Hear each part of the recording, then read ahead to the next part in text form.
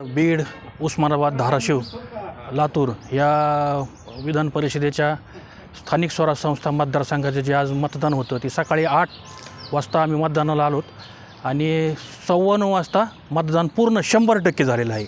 19ची 19 मतदान पूर्ण झालं आहे. ह्या निवडणूकच पूर्ण सगळी धससाहेबांनी हँडल करून हे आजचे जे उमेदवार आहेत भारतीय जनता पार्टीचे त्यांना विजयाचा मार्ग आमदार धससाहेबांमुळेच हे झाला आहे आणि ही पूर्ण निवडणूक धससाहेबांच्या नेतृत्वाखाली झाली. मी सर्वांनी सकाळी 8 वाजता मतदान सुरू होतं.